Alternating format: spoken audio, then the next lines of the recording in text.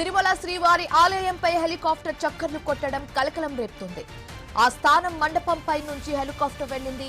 ఈ ఘటన ఆగమన శాస్త్రికి విరుద్ధమని పండితులు చెప్తున్నారు. తిరుమలను నో ఫ్లయింగ్ జోన్ గా ప్రకటించాలని కేంద్రాన్ని కోరామని టీటీడీ చెప్తోంది. గతంలోనూ శ్రీవారి ఆలయంపై విమానాలు చక్కర్లు కొట్టాయి.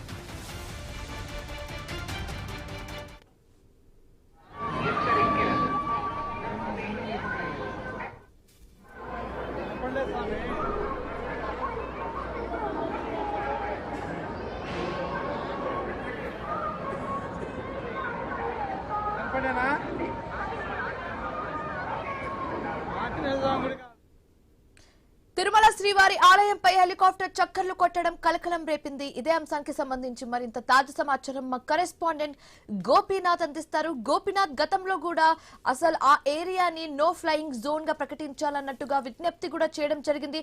బట్ స్టిల్ ఇలాంటి ఒక ఇన్సిడెంట్ మళ్లీ జరుగుతుంటే దీన్ని ఎలా చూడొచ్చు అంటారు? అధికారులు ఏం చెప్తున్నారు? పూర్తి డీటెయిల్స్ ఏంటి? శివాని, మొత్తం మీద అంటే తిరుమలకి సంబంధించి ఎందుకంటే ప్రతిరోజు లక్షలాది మంది భక్తులు స్వామివారి దర్శనానికి వస్తూ ఉంటారు. మరోవైపు ఇక్కడ ఎంతో అంటే ఆగమ శాస్త్రం ప్రకారంగా స్వామివారికి కైంకర్యాలు జరుగుతూ ఉంటాయి.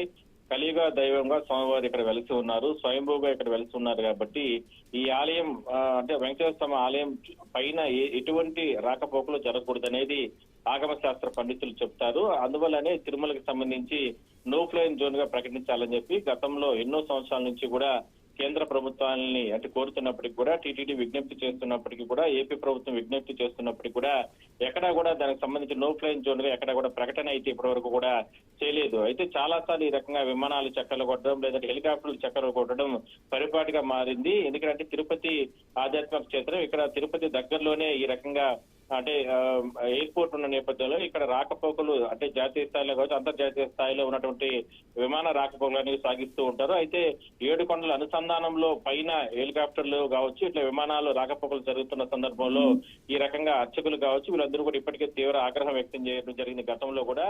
అయితే ఇవాళ తాజాగా ఇవాళ ఉదయం కూడా ఒక హెలికాప్టర్ ఈ రకంగా అంటే ఆలయానికి అత్యంత దగ్గరలోనే అంటే స్వామివారు వెళుతున్నటువంటి ఆనంద నిలయానికి దగ్గరలోనే ఈ రకంగా హెలికాప్టర్లు చక్కర్లు కొట్టడంతో ఒకసారిగా భక్తులు కూడా భయపడిపోయిన పరిస్థితి. ఎందుకంటే ఇప్పటికే తిరుమల అంటానగానే ఉగ్రవాదుల హిట్ లిస్ట్ లో ఉంది. ఇది కేంద్ర నిఘా వర్గాలు కూడా గతంలో చెప్పడం జరిగింది. ఎన్నో రకాల ఆక్టోపస్ బలగాలతో పాటు తిరుమలకు సంబంధించి 3 అంచెల భద్రత కొనసాగుతూ ఉంటుంది.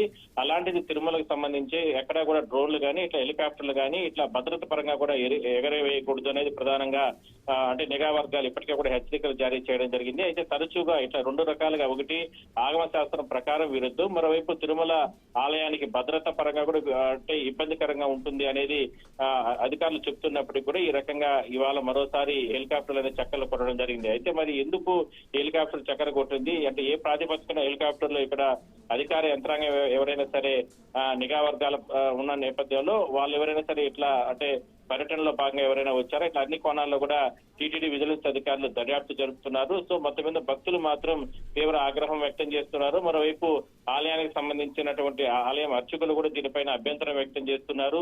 మరోసారి ఇలాంటి రిపీటెడ్ కాకుండా చర్యలు తీసుకోవాలంటూ కూడా నిఘా వర్గాలు కూడా చెప్తున్నాయి. ఎందుకంటే తిరుమలకు సంబంధించి ఆలయానికి రక్షణ కల్పించాలా అంటే ఇలాంటి చర్యలు అనేది ఉండాలనేది ప్రధానంగా అధికార యంత్రాంగం టీటీడీ విజిలెన్స్ చెప్తుంది. Shivani, thanks for the updates Gopinath.